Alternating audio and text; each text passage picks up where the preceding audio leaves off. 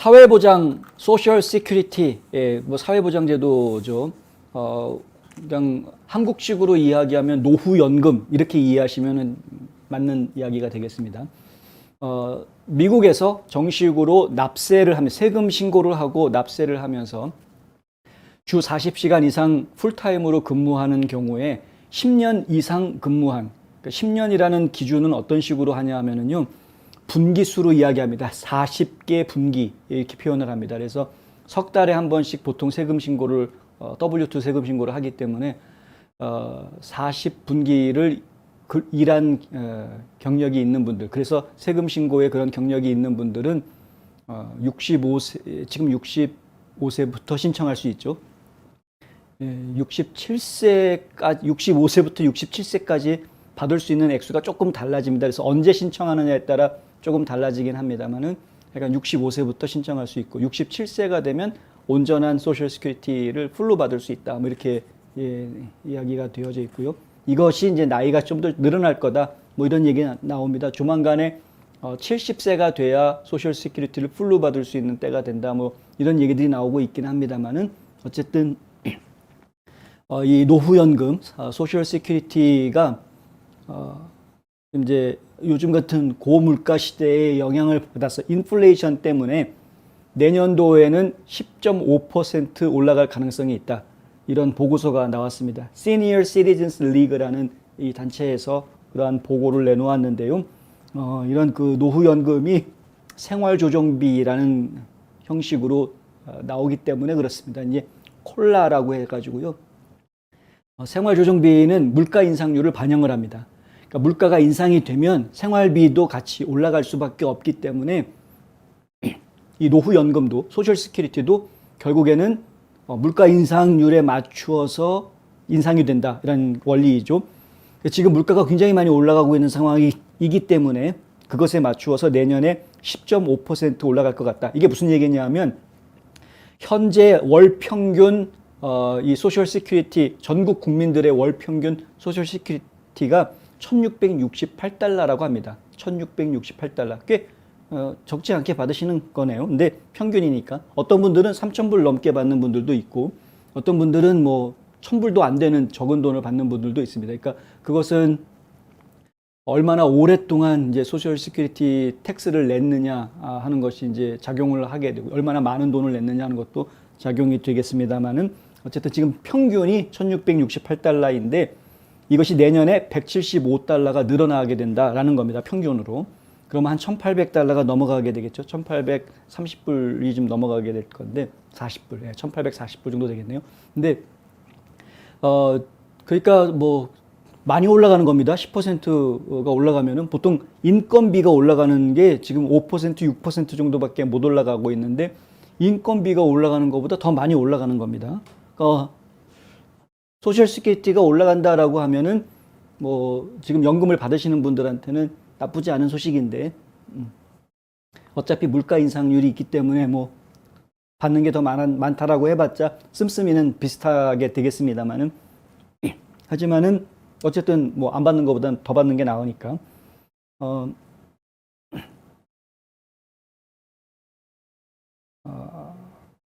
근데 이제 생각해야 될 문제들이 또 있죠. 소셜 시큐리티가 점점 더 커지면, 그러니까 지급해줘야 되는 이 연금이 점점 커지게 되면 결국은 이제 국고가 바닥에 날 수밖에 없는 문제가 생길 거고요. 그렇게 되면 이제 나라가 또 빚을 져서 그 예산을 만들어야 되는 그런 상황들이 또 연이어서 발생을 할 수밖에 없고, 여러 가지 이제 계속 맞물려 가게 될 수밖에 없습니다. 그러니까 이런 부분들이 어떻게 될지도 한번 좀 봐야 되겠고요. 연방예산위원회가 최근 측정한 거에 보면은 10.5%가 아니라 10.8% 늘어날 거다, 이런 예측이 지금 나와 있다고 합니다. 그리고 또 이 노인연맹 Senior Citizens League에서 메디케어 정책, 사회보장 정책의 분석가로 있는 메리 존슨 같은 경우에는 인플레이션이 최근 평균보다 핫하거나 아니면 더 높아지게 된다면 콜라, 그러니까 생활조정비는 11.4%가 될 수도 있다. 그러니까 10% 정도 순이 아니라 아예 11% 이상 올라갈 수도 있다. 뭐 이렇게 이야기하고 있다는 것이죠. 뭐 중요한 얘기는 아닐 수도 있습니다만은 이 부분에서 저희가 한번 생각해 봐야 되는 것은 소셜 시큐리티가 이렇게 좋은 거구나라는 건 한번 생각해 보실 필요가 있습니다. 물가가 상승하면 물가 상승한 만큼 커버해서 더 올려주니까요. 그러니까 이러한 상품이, 금융 상품이 굉장히 드물죠. 가만히 앉아 있는데 가만히 앉아 있어도 물가 상승만큼 올려주는 이런 금융 상품이 드물기 때문에 소셜 시큐리티 텍스는 일하시면서 가능하면은 좀 잘 내시는 것이 사실 도움이 됩니다. 그 회계사분들하고 한번 상담을 해보시길 바라는데요. 특히 자영업 하시는 분들 같은 경우에는 세금 신고를 좀 줄이기 위해서 노력하는 경우들이 많다 보니까 절세를 하려고 노력하다 보니 소셜 시큐리티 텍스도 좀 충분하게 내지 못해서 나중에 노후 대책이 좀 펑크 나는 분들, 특히 이제 우리 한인 사회 동포들 같은 경우에는 이런 부분의 정보가 좀 많이 부족해서 소셜 시큐리티 혜택을 충분히 받지 못하시는 분들 상당히 많이 있을 수 있는데 이런 부분들은 좀 미리미리 준비를 하셔야 되거든요. 아까 말씀드렸던 10년 세금 신고하라는 건 미니멈입니다. 미니멈. 최소한의 그런 것이고요. 그거보다 훨씬 더 생각해 보시면 이제 미국에서 태어나서 자란 사람들 같은 경우에는 뭐 빠른 사람은 고등학교 졸업하고 나서 곧바로 직장 생활을 시작할 거고, 늦은 사람들도 대학원 졸업하고 나서 20대에는 직장 생활을 시작하게 되니까 20대에서부터 60대 중반이 될 때까지 계속 붓는 거죠. 소셜 시큐리티 텍스를 수십 년을 돈을 붓는 겁니다. 직장 생활하면서. 그러니까 그런 것들, 그 사람들은 은퇴하고 나서도 충분한 연금을 받을 수 있게 되는 거 아니겠습니까? 이런 걸 생각을 해보면 뒤늦게 이민 1세대 동포들 같은 경우에는 조금 더 남들보다 좀 더 신경 써서 소셜 시큐리티를 챙겨야 하는 것 아닌가, 이제 이런 이야기를 좀 드릴 수 있을 것 같고요.